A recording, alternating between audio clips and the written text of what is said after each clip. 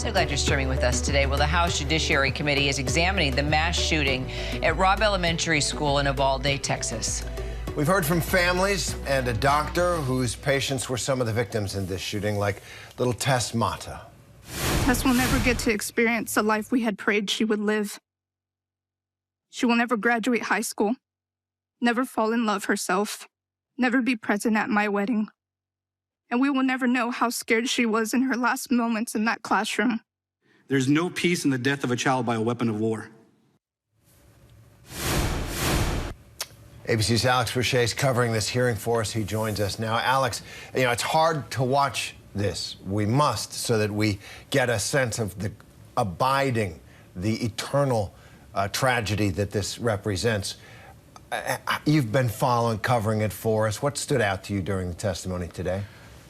Well, Terry and Kira, certainly that testimony from Dr. Guerrero and Tess's older sister, but Dr. Guerrero, who knew some of these victims and had been their doctors since childhood, and then talking about in graphic detail how, you know, some of these victims were unrecognizable. And, you know, this is something that we've heard. We heard that immediately after this tragic massacre in the subsequent interviews. But it was a reminder today, coming on the heels of this 10th anniversary of Sandy Hook, just how many failures there were in Uvalde that day. But, you know, look, a lot of tragedy, a lot of graphic talk, a lot of emotional talk, a lot of tense exchanges. We heard people's ideas called idiotic multiple times.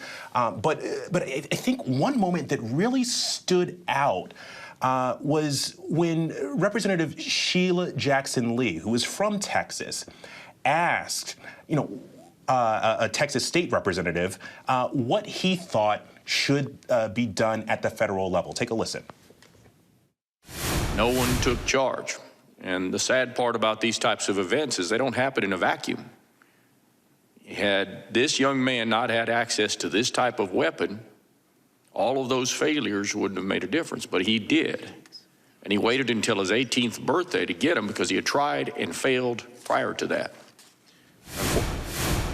And so this really gets back to the idea that, look, there were multiple failures that day, but at the end of the day, what many Democrats have pointed out, and many gun safety advocates have pointed out, is the fact of the matter is, had this man not been able to secure an assault-style weapon, this tragedy could have been prevented. So just describing how graphic it was, Alex, you know, why put the families through all that again? I mean, what are they hoping this accomplishes?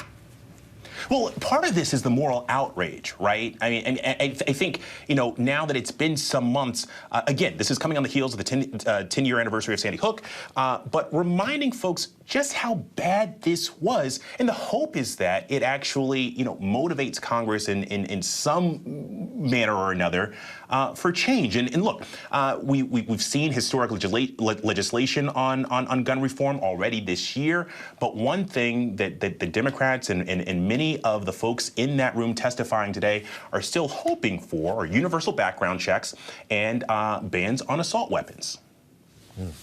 And Alex, a few weeks after Uvalde, Congress stepped in and sent the Bipartisan Safer Communities Act to President Biden's desk, and he signed it into law. But as Chairman Jerry Nadler mentioned, we've seen multiple mass shootings since the passage of that bill. It's America. You aren't going to stop this it's a plague that we've been living with for years. Aren't going to stop it with a bill. But what did that legislation do? And what else are people looking at the federal government to accomplish? Well, Terry, first, it's an important point talking about this Bipartisan Safer Communities Act, just how polarizing this issue is. It's the first significant federal legislation that we've had in nearly 30 years on Capitol Hill. But what that legislation did, it included $750 million to help implement what they call red flag laws. It also closed the boyfriend loophole, and it also enhanced background checks for gun buyers under the age of 21. But one thing that it did not do, or two things that it did not do, that a lot of people are saying that, look, I mean, this would really kind of help a lot of these tragedies. It did not include universal background checks, and it did not include a ban on assault-style weapons and high-capacity magazines.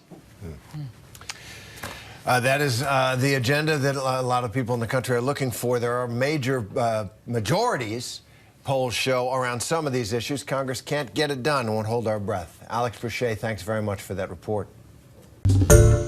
Hi, everyone. George Stephanopoulos here. Thanks for checking out the ABC News YouTube channel. If you'd like to get more videos, show highlights, and watch live event coverage, click on the right over here to subscribe to our channel. And don't forget to download the ABC News app for breaking news alerts. Thanks for watching.